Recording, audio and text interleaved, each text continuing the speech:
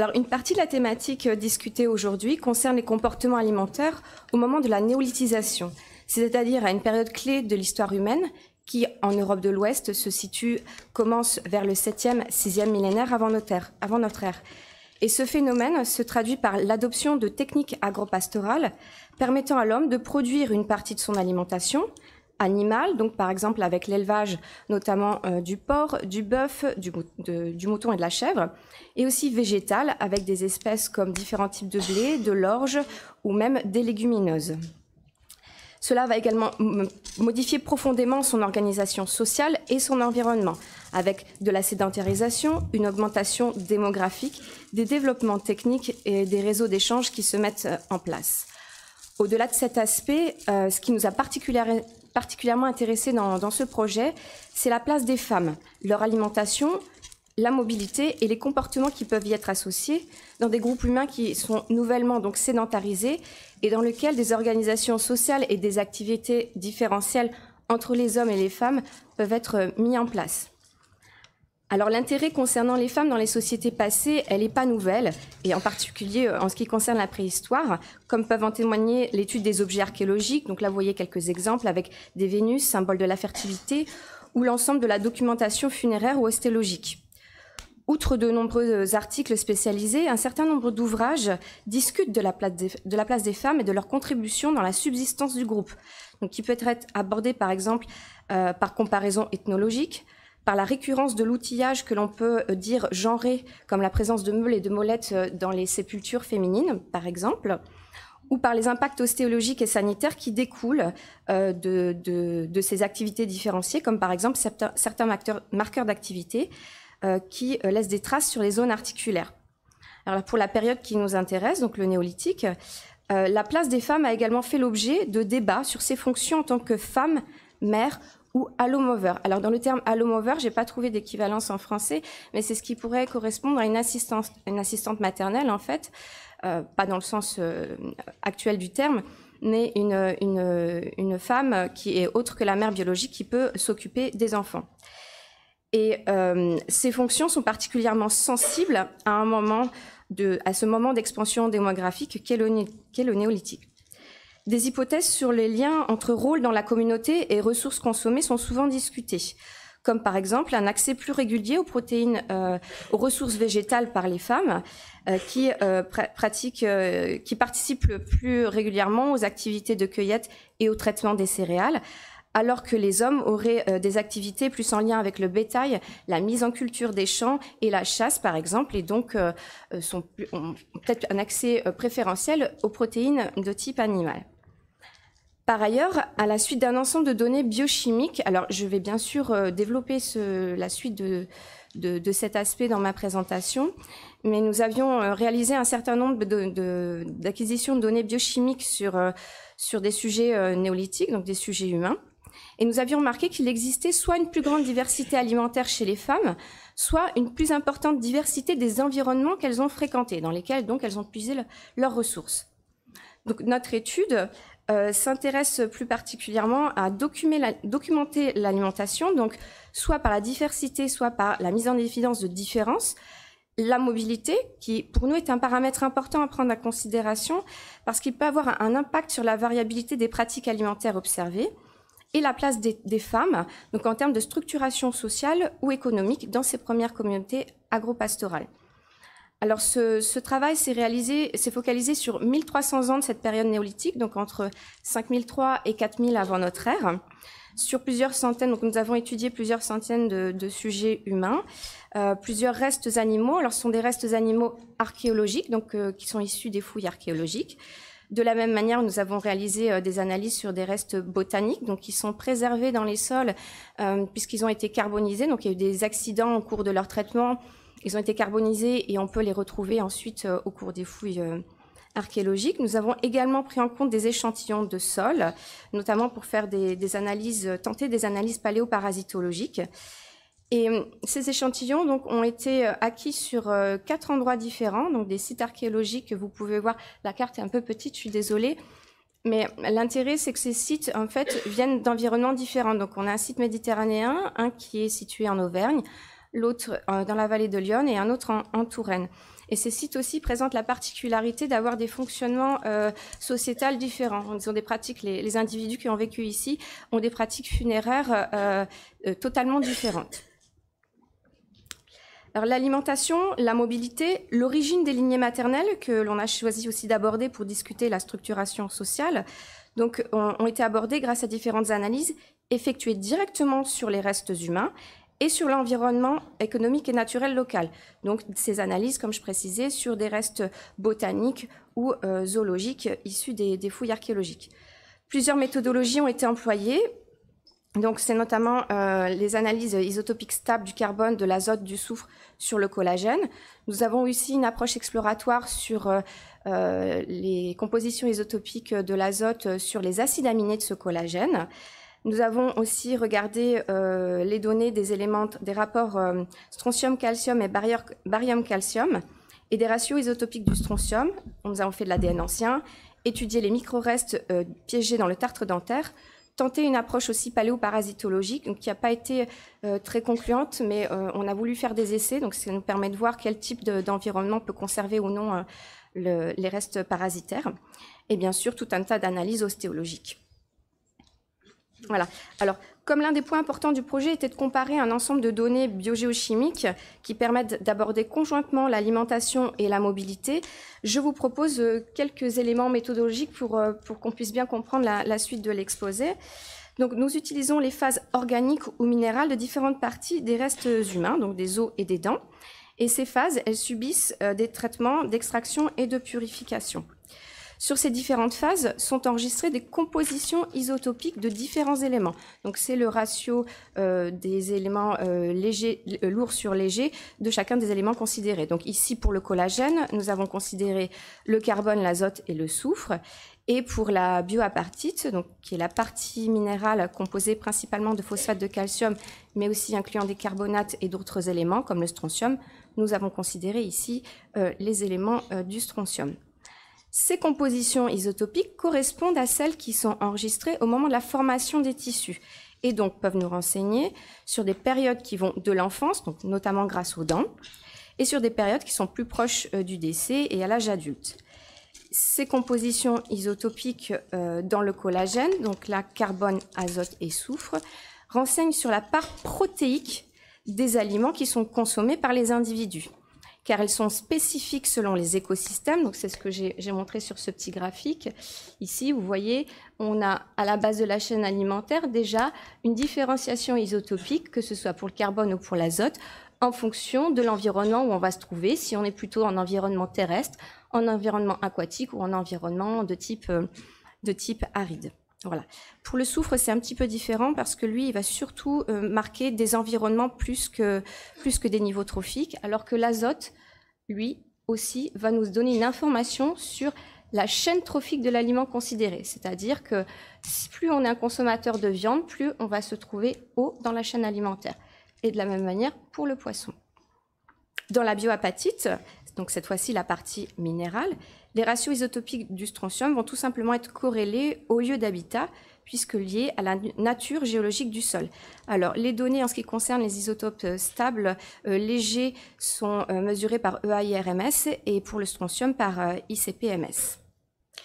Alors, je vous propose maintenant une série d'exemples avec les premiers résultats que nous avons obtenus. Donc ici, vous avez une présentation en box plot des résultats obtenus pour le carbone, l'azote et le soufre sur des ossements de sujets sexés. Alors, ils sont sexés à partir des bassins, avec une fiabilité qui dépasse les 99%. Donc, ces sujets qui sont adultes sexés. Et ce que l'on a remarqué, c'est que pour les 3 éléments considérés, les femmes et les hommes présentent des différences statistiquement significatives. Donc, avec un accès en protéines, par les femmes de consommation de protéines animales qui est différente ou moindre par rapport aux hommes. Alors, on a aussi, à la suite de ces résultats, on a voulu faire une approche exploratoire sur les dents pour cibler, parce que là, si vous voulez, on cible le moment de la mort peu de temps avant la mort de l'individu. Donc là, à l'état adulte. Mais grâce à la dent, on va pouvoir cibler d'autres moments de la vie de l'individu et pendant sa croissance. Donc ici, ce que vous avez, ce sont les résultats des ratios isotopiques de l'azote sur des microsections dentaires. Vous voyez, on prend la dentine, bon, on subit un traitement, on fait des microsections d'1 millimètre et on va réaliser ces mesures isotopiques qui vont suivre finalement l'étape de la formation de la dent, donc la croissance de la personne. Alors ici, comme c'est la seconde molaire, ça commence à l'enfance et ensuite à l'adolescence. Vous voyez, le dernier point enregistré est l'adolescence et on va comparer ensuite avec un signal sur l'os. Et ce que l'on a remarqué, c'est une approche exploratoire, donc pour le moment on a seulement 2 individus, mais c'est que l'homme et l'individu masculin et l'individu féminin se comportent à partir de l'adolescence. En fait, on voit cette différenciation au niveau de l'azote qui se met en place. Alors, ces résultats, donc ce qui montrerait que si il y a la différenciation en termes alimentaires entre l'homme et la femme commencerait à ce moment-là au niveau de l'adolescence. Et ce travail, alors je vous ai pas mis le graphique ici parce que ça allait surcharger la diapositive, mais on a également testé l'émail dentaire avec les ratios strontium-calcium qui eux aussi nous permettent d'avoir une information sur le niveau trophique de l'aliment qui est consommé, donc savoir si on mange beaucoup de viande ou pas beaucoup de viande, donc plus de végétaux. Et là également, on a exactement le même type de résultat, c'est-à-dire que comme l'émail dentaire se forme pendant l'enfance, on ne voit pas de différence entre les hommes et les femmes. En revanche, on le voit bien à partir du moment de l'adolescence avec la dentine et après avec l'os. Donc ça, ce sont les résultats d'un autre groupe humain, là, celui-ci qui se situe en Méditerranée. Voilà. Et vous pouvez voir la distribution isotopique qui est représentée sur ce graphique biplan. Donc là, voilà, ici, là, vous avez les sujets humains avec leur variabilité isotopique. Et qui inclut donc des sujets masculins, des sujets féminins. Alors cette fois-ci, les prélèvements ont été faits sur les coxos. Et on a aussi inclus des crânes adultes qui ne sont pas sexés et des crânes d'enfants. Alors, vous avez également la représentation ici sur ce graphique des données isotopiques en carbone et en azote pour des potentielles ressources, comme les animaux domestiques, des animaux sauvages comme le cerf, des céréales, le blé, l'orge, la vesse et le gland aussi. Alors, si on applique une relation théorique entre les valeurs attendues par les consommateurs pour chacun des pôles alimentaires présentés, on s'aperçoit que les sujets humains, donc vous voyez ici dans la patatoïde rouge, ont une part très importante de protéines animales issues du milieu terrestre dans leur alimentation. Mais la seconde information aussi que l'on a obtenue, c'est la mise en évidence de la consommation de ressources marines. Alors vous allez me dire, on est en bord de mer, c'est pas très original comme résultat. Eh bien, si, c'est assez original parce qu'en fait, il y a beaucoup d'études isotopiques qui ont été menées justement sur les premières populations néolithisées, notamment sur les côtes, que ce soit sur la façade atlantique ou en Méditerranée. Et ce qu'on s'est aperçu, c'est que la plupart des premiers agropasteurs, en fait, quittent le milieu marin pour l'acquisition des ressources alimentaires et se focalisent uniquement sur le milieu terrestre. De plus, sur ce site, nous avons pu échantillonner du tartre dentaire et identifier dans ce tartre dentaire des végétaux tels que des céréales, des légumineuses ou d'autres plantes sauvages. Et ça, c'est le type de données que l'on peut acquérir uniquement par l'analyse du tartre dentaire puisque ce n'est pas préservé dans les sites archéologiques. Donc, ce qu'on propose pour ce site, c'est vraiment une diversité des ressources consommées, mais par contre, on n'a pas de différence entre les hommes et les femmes, en tout cas à partir de l'analyse menée sur les coxos.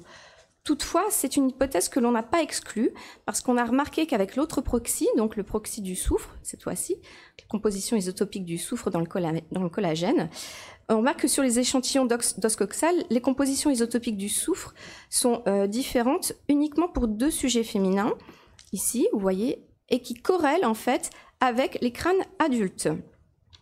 Alors, il y a des études génétiques qui sont en cours et on espère avoir, c'est problématique parce que la conservation n'est pas excellente, mais on espère avoir ultérieurement des informations aussi sur le sexe génétique à partir de ces crânes.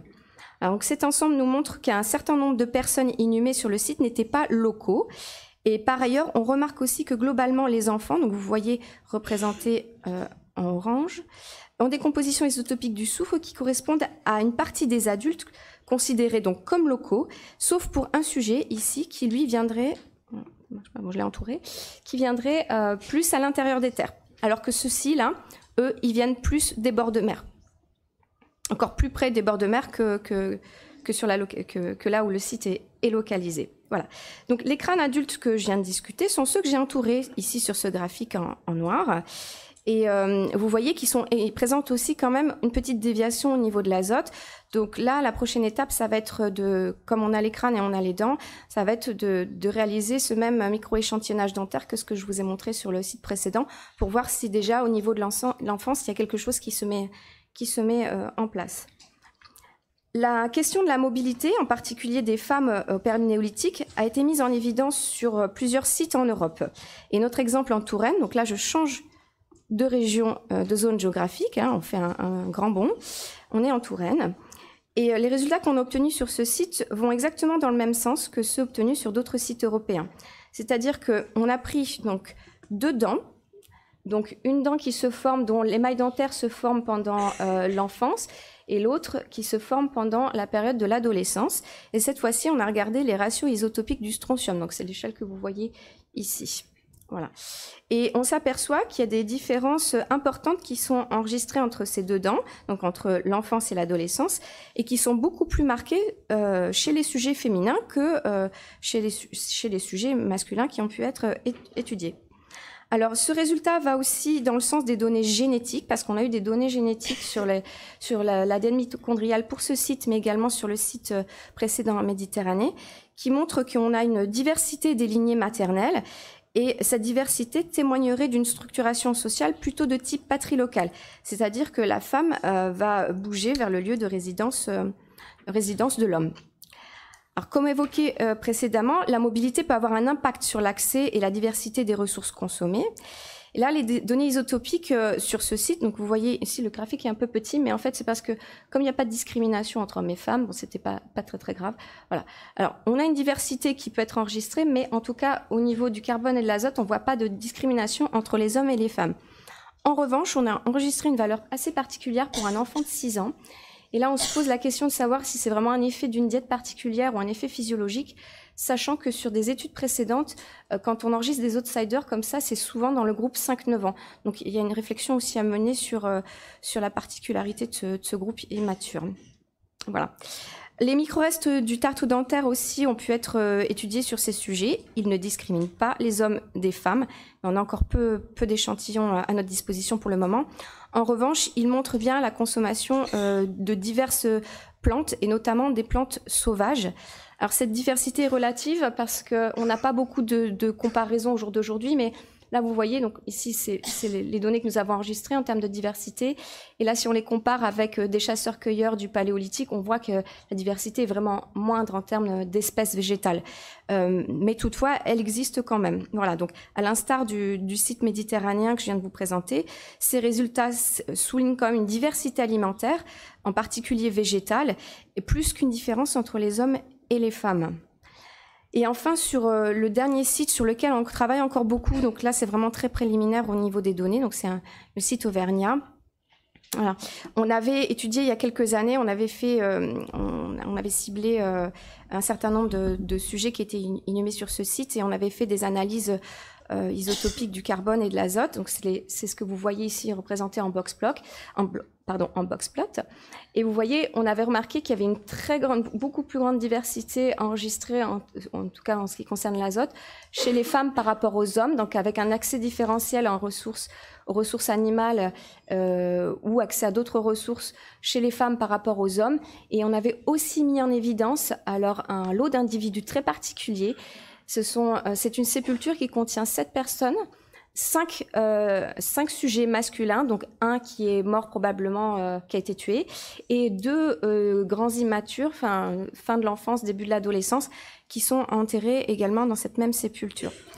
Donc sur ce groupe humain, nous avons réalisé il y a des analyses génétiques qui sont en cours, donc on va avoir, j'espère, prochainement des informations aussi au niveau des lignées maternelles, mais nous avons récemment acquis donc des données au niveau du soufre, et vous voyez qu'on a exactement le même schéma aussi avec le proxy du soufre, c'est-à-dire une grande diversité des données enregistrées qui pourrait correspondre soit à un accès aux ressources qui est très élargi chez les femmes par rapport aux hommes, soit à une origine géographique qui est beaucoup plus variable chez les femmes par rapport aux hommes. Voilà. Et on a remarqué aussi qu'il y avait une différence. Vous voyez la différence qu'on a vue avec l'azote, on la voit aussi avec le soufre pour les 7 individus qui sont morts ensemble, avec les immatures qui n'ont pas du tout les mêmes données que les autres immatures du site, et les sujets masculins qui se différencient du reste des sujets masculins du site. Voilà. Sur ce site également, ce qu'on remarque, c'est qu'il y a 2 tout petits qui ont entre 0 et 1 an, et ils ont une signature en ce qui concerne le soufre qui est similaire à ce qu'on peut voir au niveau des limites enregistrées chez les sujets féminins, donc ce qui pourrait peut-être indiquer aussi la consommation du lait maternel. Voilà. Donc, il y a aussi sur ce site, on a plein d'analyses qui sont en cours, et on a réalisé des scanners, notamment l'année dernière, sur des fémurs et des humérus. Et les premières données sur ces scanners nous montrent que d'ores et déjà, il peut y avoir une spécialisation des tâches entre les hommes et les femmes, puisque chez les sujets masculins, les membres inférieurs montrent une dissymétrie. Donc, pour faire une petite synthèse des différents résultats que je viens de vous présenter, nos travaux, qui, j'insiste, sont encore en cours d'analyse et de traitement des données. Mais au jour d'aujourd'hui, nous avons quand même pu montrer qu'il y a des différences alimentaires entre les hommes et les femmes, mais par contre, ce n'est pas une tendance générale. Nous avons pu identifier aussi une variabilité des ressources consommées, animales et végétales. Et cette identification, je pense qu'elle est visible parce que nous avons mis en œuvre tout un tas de techniques qui ont permis de déceler des choses très précises, comme par exemple l'étude des micro-restes dans le tartre dentaire. Et ça, j'insiste parce que c'est vraiment la seule technique qui permet d'identifier la consommation de certains végétaux qui sont pas conservés. Nous avons également mis en évidence des mobilités différentielles avec différents marqueurs, et ce quand même dans la majorité des cas. Et ces résultats vont quand même dans le sens des autres études européennes sur ce sujet, avec une structuration sociale qui donc semble se dégager au niveau européen, qui est plutôt de type patrie-locale et qui implique donc une plus grande mobilité des femmes par rapport aux hommes, et ce qui pourrait être aussi à l'origine d'une diversité alimentaire plus importante chez les femmes. Toutefois, cette hypothèse doit quand même être investiguée avec d'autres pistes, comme par exemple celle de la différenciation sexuelle des tâches. Donc voilà, pour terminer, je pense qu'au jour d'aujourd'hui, on doit ouvrir cette thématique à partir de ces résultats et avoir une réflexion beaucoup plus large, d'une part sur d'autres effets, comme j'ai légèrement abordé les effets physiologiques qui pourraient potentiellement influencer les données biochimiques, et d'autre part sur les liens entre les femmes et les enfants au niveau de l'allaitement et du sevrage. Donc ça peut être abordé, nous, en termes paléoanthropologiques, à partir de ces microsections de la dentine. Donc il y a pas mal de travaux qui sont en cours là-dessus pour voir les phases d'allaitement et de sevrage des tout-petits. Et puis aussi aborder des phases plus tardives de l'enfance en fonction et prendre en considération les catégories d'âge et aussi le sexe de l'individu. Et dans cette continuité, je vais laisser la parole à Sophie Niklos. Je vous remercie beaucoup de m'avoir écouté, et je remercie tous les membres et collaborateurs de ce projet sans qui je ne serais pas là aujourd'hui. Merci.